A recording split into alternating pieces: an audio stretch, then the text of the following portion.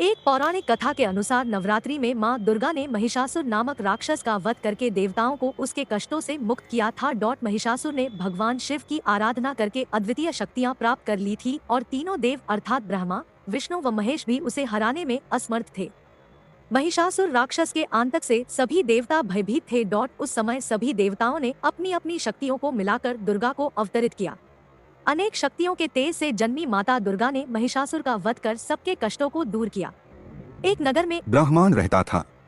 वह मां भगवती दुर्गा का परम भक्त था। उसकी एक कन्या थी।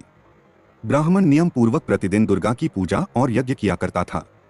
सुमति अर्थात ब्राह्मण की बेटी भी प्रतिदिन इस पूजा में भाग लिया करती थी। एक दिन सुमति खेलने में व्यस्त होने के कारण भगवती पूजा में शामिल नहीं हो सकी। यह देख उसके पिता को क्रोध आ गया और क्रोधवश उसके पिता ने कहा कि वह उसका विवाह किसी दरिद्र और कोढ़ी से करेगा। पिता की बातें सुनकर बेटी को बड़ा दुख हुआ और उसने पिता के द्वारा क्रोध में कही गई बातों को सहर्ष स्वीकार कर लिया। कई बार प्रयास करने से भी भाग्य का लिखा नहीं बदलता है। मां पर पूर्व जन्म के तुम्हारे पुण्य के प्रभाव से प्रसन्न हूँ। तुम पूर्व जन्म में भील की पतिव्रता स्त्री थी। एक दिन तुम्हारे पति भील द्वारा चोरी करने के कारण तुम दोनों को सिपाहियों ने पकड़कर जेलखाने में कैद कर दिया था। उन लोगों ने तुम्हें और तुम्हारे पति को भोजन भी नहीं दिया था।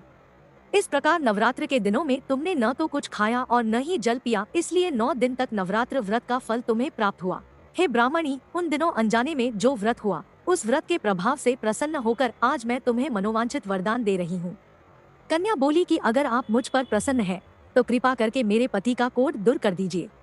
माता ने कन्या की यह इच्छा शीघ्र पूरी कर दी। उसके पति का शरीर माता भगवती की कृपा से रोगहीन हो गया। रामायण के एक प्रसंग के अनुसार भगवान श्री राम, लक्ष्मण, हनुमान व समस्त वानर सेना द्वारा आश्विन शुक्ल प्रतिपदा से नवमी तक 9 दिनों तक माता शक्ति की उपासना कर दशमी तिथि को लंका पर आक्रमण प्राप्त किया था। इस तरह नवरात्रों में माता दुर्गा की पूजा करने की प्रथा के पीछे कई कथाएं प्रचलित हैं, जिसके बाद से ही